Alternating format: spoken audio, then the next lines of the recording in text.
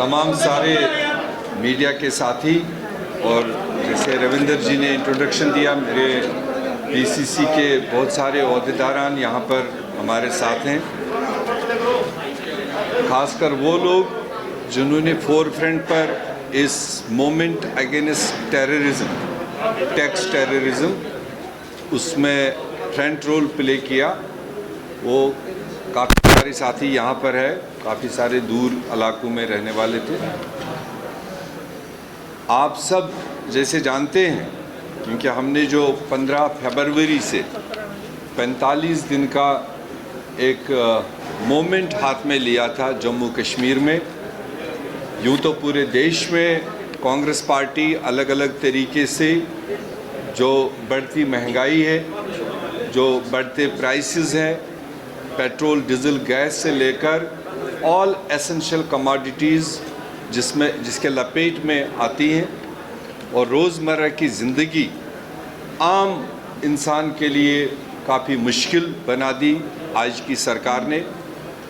उसको लेकर एक ऑर्गेनाइज प्रोग्राम हम लोगों ने 45 दिन का लिया था।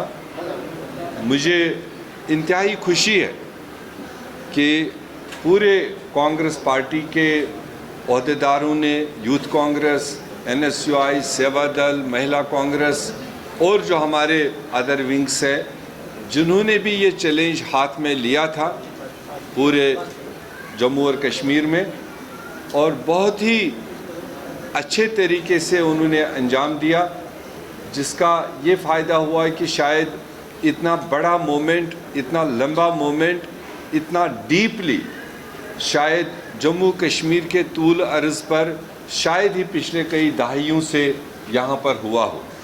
यूँ तो सियासी दंगल में सियासी बड़े बड़े इश्यूज़ को लेकर रोज़ डिबेट होते हैं, मगर जो आम इंसान के मुश्किलात हैं उनकी नुमाइंदगी जिस तरह से प्रदेश कांग्रेस कमेटी ने यहाँ पर करने की कोशिश की, मुझे लगता है कि इन 45 दिनों के इस मोमेंट से जो हमें फीडबैक भी, जो रिपोर्ट्स भी, और उसमें सबसे बड़ा योगदान जो रहा हमारे कार्यकर्ताओं के बाद जो बड़ा रोल रहा वो हमारे मीडिया कर्मियों का रहा है, क्योंकि चप्पे चप्पे पर वो हमारे इस मोमेंट के साथ रहे। अगर वो ना होते तो शायद एक जगह की खबर दूसरी जगह नहीं पहुंच पाती। और इस सारे मिशन में कांग्रेस पार्टी को रोकने की जो भी आज की सरकार ने जो कोशिशें की थी, जितनी उन्होंने रोकने की, डिस्टर्बेंस करने की, तोड़फोड़ करने की कोशिश की, हम उसको बराबर आकलन करते रहे। जितना सरकार ने रोकने की, दबाने की कोशिश की, उतना ये मोमेंटम डे बाय डे बढ़ता गया और लोगों की इन्वॉल्वमेंट इसमें ज़्यादा होती गई।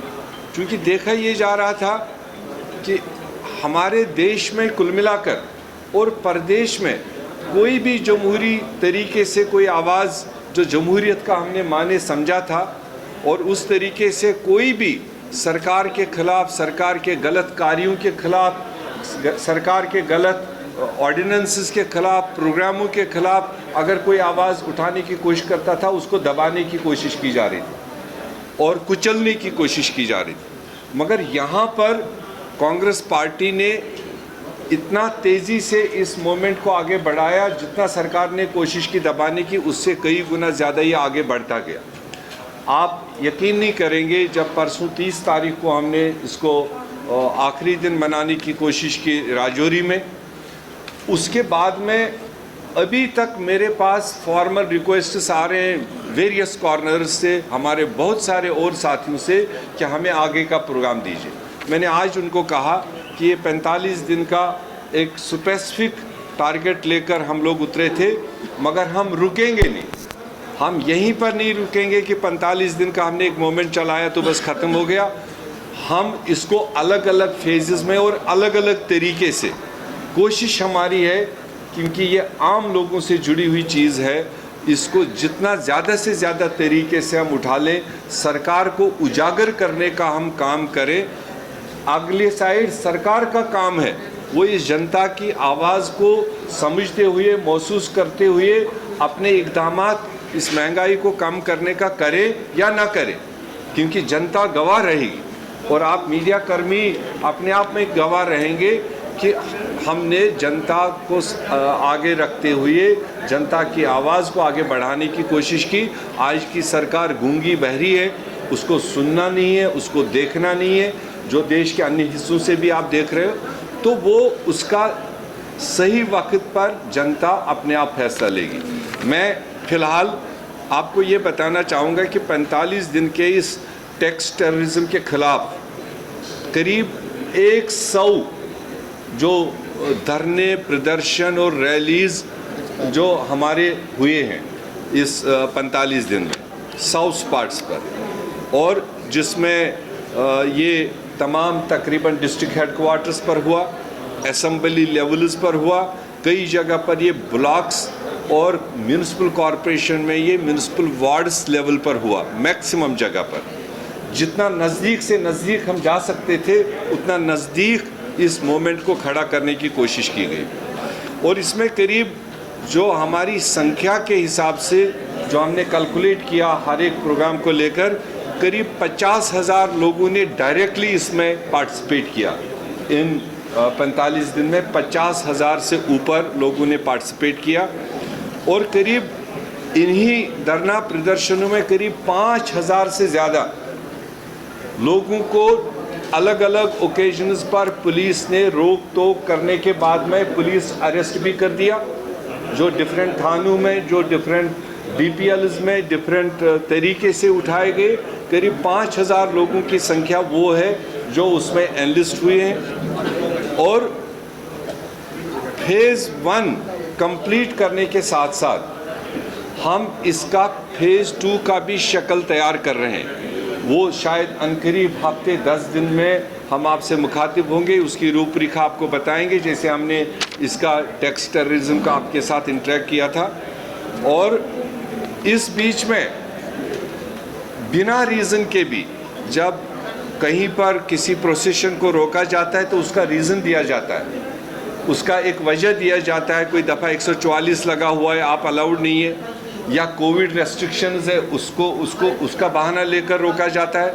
मगर कांग्रेस पार्टी को अननेसेसरी पीसफुल प्रोसेशंस को भी रोकने की सरकार ने भरपूर कोशिश की, और कोई रीज़न दिए बगैर हमको 1-2 जगह पर कोविड के लिहाज से रोकने की कोशिश की, जहां 400-500 लोग हमारे साथ थे। हमें ताज्जुब तब हुआ कि जब हम लोग 400-500 जनता की आवाज़ खड़ा करना चाहते हैं, उसको कोविड के बहाने रोका जाता है। तो देश में आप देख रहे हो, प्रदेश में भी देख रहे हो कि सरकारी प्रोग्राम उससे बड़े बड़े तादाद पर सरकार ऑर्गेनाइज कर रही है, उन पर कोई रोकथाम नहीं है। जो सरकार या सरकारी पार्टी के हित में, आप दूसरे 5 स्टेटों में इलेक्शन देख रहे हो, वहाँ पर हज़ारों की तादाद में भीड़ इकट्ठा होती है, उन पर कोई रेस्ट्रिक्शन नहीं। मगर जम्मू कश्मीर में 500 लोग जमा होने पर कांग्रेस पार्टी को रोका जाता है। इसी तरह से जो मुख्य इश्यूज में थे टैक्सेस का, जो हमने कहा पेट्रोल, डीजल, गैस के अलावा road tax, toll tax, power का टैक्स, पानी का टैक्स, प्रॉपर्टी का टैक्स, ये सारी चीज़ें रात के अंधेरे में सरकार ऑर्डर पास करती है और जम्मू कश्मीर के लोगों पर लागू करती है। उसके साथ साथ जो हमारे यहाँ के लोगों के हाथ में जो नदी नालों से रेता और बाजरी निकालते थे, उसको टेंडराइज करके नॉन स्टेट होल्डर्स को अलाट किया। और जो इस वक्त जो 5,000 का ट्रक होना चाहिए था आम आदमी को, वो इस वक्त 15,000 और 20,000 में नहीं मिलता है। ये इस सरकार की मेहरबानी है, और उनको अभी तक भी इस बारे में कोई इंसाफ वाली। हम इस बीच में लेफ्टिनेंट गवर्नर साहब को भी मिले, उनको हमने ये माइन्यूटली बता दिया कि यहाँ का गरीब आदमी, आप PMAY में 1.5 लाख रुपए देते हो, वो भी अभी तक मिला नहीं किसी को, मगर गारंटी देते हो। तो जो पहले 1 लाख में मकान बनता था, कीमतें कंट्रोल होती थी, वो इस वक्त डिकंट्रोल होने से 5 लाख रुपए में भी उस गरीब को मकान नहीं मिलेगा। तो आप क्या कर रहे हो? या तो आप PMAY का पैसा बढ़ाओ, जितना आपने यहाँ रेट बढ़ाई है। 19% ट्रांसपोर्टरों ने चार्जेस बढ़ा दिए, जो सरकार ने बढ़ा दिए, वो 19% चार्जेस की वजह से एसेंशियल कमोडिटीज़ पर, जो किचन के रिलेटेड चीज़ें हैं उनको एक आम इंसान को उसका बोझ उठाना पड़ा। इसी तरह से टोल टैक्स आज ही रात में फिर बढ़ा दिया, जबकि पहले ही एक्स्ट्रा ऑर्डिनरी बर्डन था और अब आज रात में उसको और बढ़ा करके आज फिर जम्मू कश्मीर के लोगों को एक और उसमें ये डाल दिया।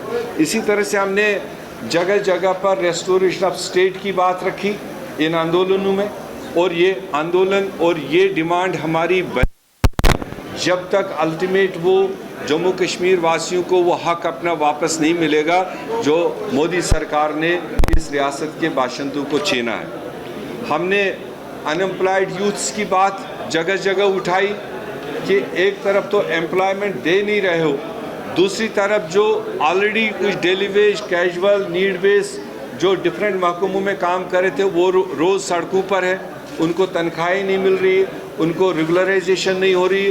वो भी बात हमने अपने मेमोरेंडम्स में जगह जगह पर उठाई है। उसी तरह से हमारा एक इम्पॉर्टेंट हिस्सा है नंबरदार चौकीदार और आशा वर्कर्स, आंगनवाड़ी वर्कर्स और हेल्पर्स। ये एक बड़ी संख्या है जम्मू कश्मीर की जो एक मीगर अमाउंट पर अपना दिनचर्या गुजारती है, अपना परिवार चलाती है। वो जगह जगह सड़कों पर है। हमने उनकी नुमाइंदगी करने की कोशिश की, हमने मेमोरेंडम्स के ज़रिए भी वो गवर्नर तक पहुंचाने की कोशिश की।